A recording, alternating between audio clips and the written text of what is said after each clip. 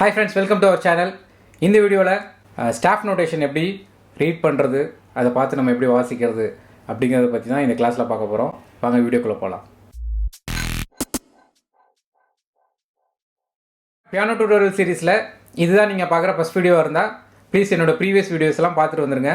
அதை லேர்ன் பண்ணிட்டு அதுக்கு அப்புறம் இந்த வீடியோக்கு வந்தீங்கன்னா இன்னும் உங்களுக்கு நல்லாவே புரியும். நம்ம சேனலுக்கு இதான் நீங்க ஃபர்ஸ்ட் டைம் விசிட் பண்ணீங்கன்னா ப்ளீஸ் சப்ஸ்கிரைப் பண்ணிடுங்க. பக்கத்துல இருக்க பெல் ஐகான் கிளிக் பண்ணுங்க.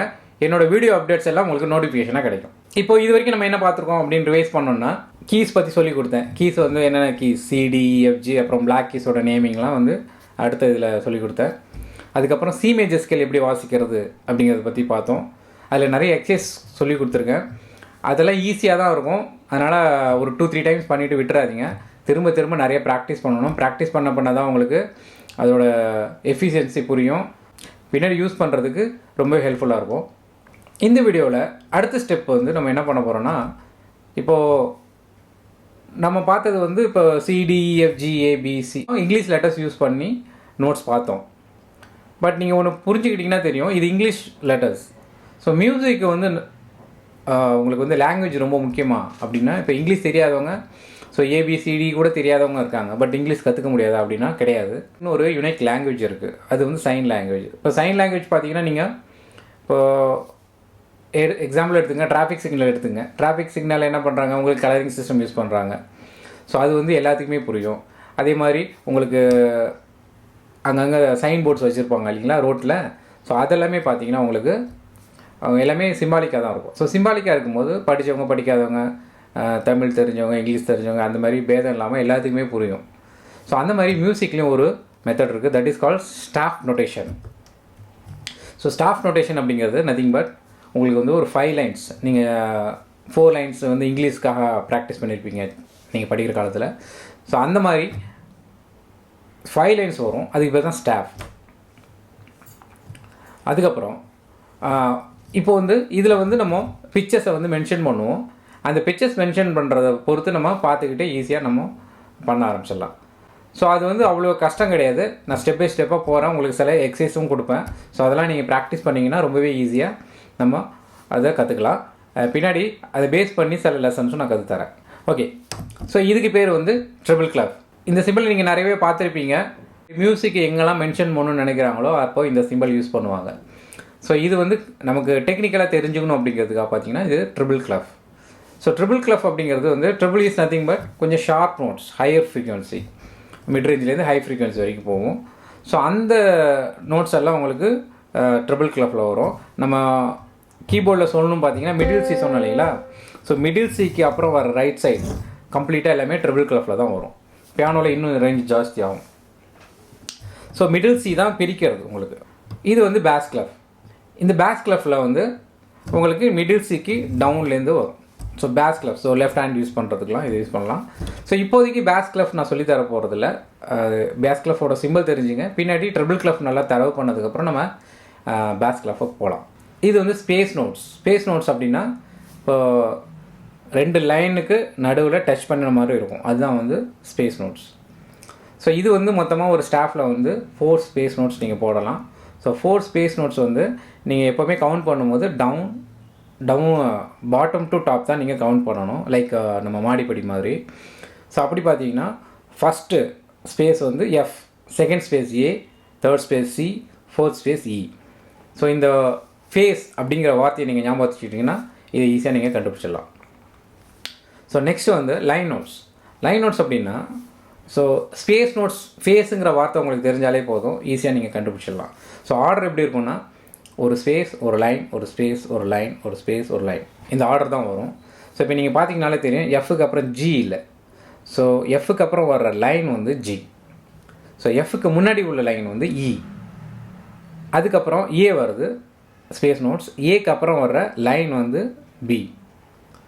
அதுக்கப்புறம் சி வந்துடுது ஆட்டோமேட்டிக்காக ஸ்பேஸ் நோட்ஸு. ஸோ சிக்கு அப்புறம் வர லைன் வந்து டி. அதுக்கப்புறம் வர்றது இ வந்து ஸ்பேஸ் நோட்ஸ் நம்ம ஏற்கனவே பார்த்து வச்சு. அதுக்கப்புறம் வர 5th லைன் அது வந்து எஃப். ஸோ இதெல்லாம் நீங்கள் ஞாபகம் வச்சுங்க. நான் கீழே டிஸ்கிரிப்ஷனில் உங்களுக்கு ஒரு லிங்க் கொடுத்துருக்கேன். ஸோ அந்த லிங்க் ஓப்பன் பண்ணிங்கன்னா இந்த நோட்ஸ் எல்லாம் ரேண்டமாக வரும். நீங்கள் கீழே வந்து இங்கிலீஷ் லெட்டர்ஸ் இருக்கும், அது ஏ டு ஜி வரைக்கும் இருக்கும். நீங்கள் கரெக்ட் நோட்ஸ் வந்து அதை கரெக்ட் நோட்ஸ் கிளிக் பண்ணுங்கள். அப்போ வந்து உங்களுக்கு ஆன்சர் தெரிலனா கூட நீங்கள் அது ஆன்சர் சொல்லணும். ஓகேங்களா? ஸோ இது நிறைய ப்ராக்டிஸ் பண்ணுங்கள். ப்ராக்டிஸ் பண்ணிங்கன்னா தான் உங்களுக்கு அது உங்களுக்கு புரியும். அதே மாதிரி பின்னாடி நோட்ஸில் நோட்டேஷன் யூஸ் பண்ண ஆரம்பிச்சிங்கன்னா அதில் எழுதவே வேண்டாம். நீங்கள் இதை நல்லா ப்ராக்டிஸ் பண்ணி நல்லா நீங்கள் ரீட் பண்ணுறதுக்கு ப்ராக்டிஸ் பண்ணிங்கனாலே உங்களுக்கு தரவாக வந்துடும். ஸோ கீழே இருக்கிற எக்ஸசைஸ் இல்லாமல் நான் சம் ஆப்ஸ், ஆண்ட்ராய்டு ஆப்ஸ் இருக்குது, ஐஃபோன், ஐபேடுக்கும் ஆப்ஸ் இருக்குது.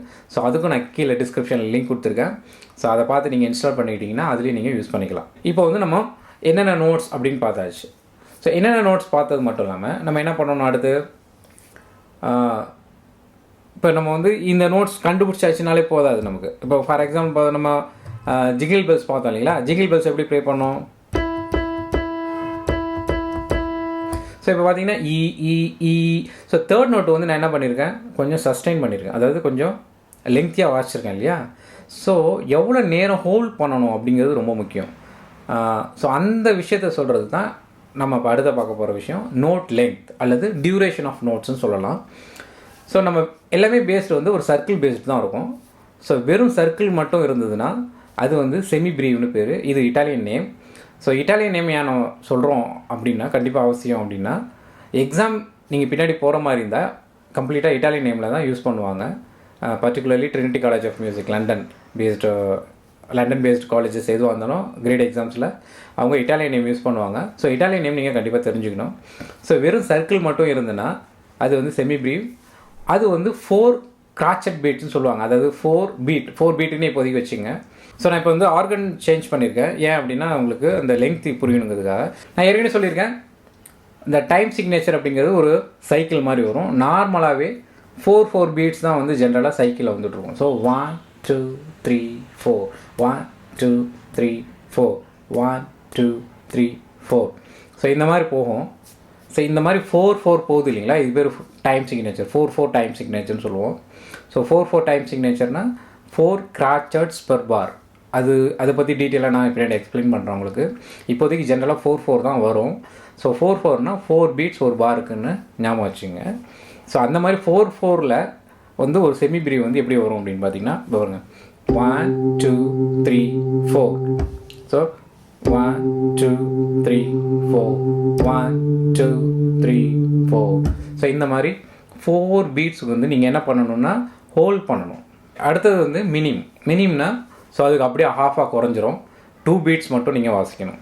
ஃபார் எக்ஸாம்பிள் 1 2 3 4 1 2 3 4 1 2 3 4 இப்படி போகும்.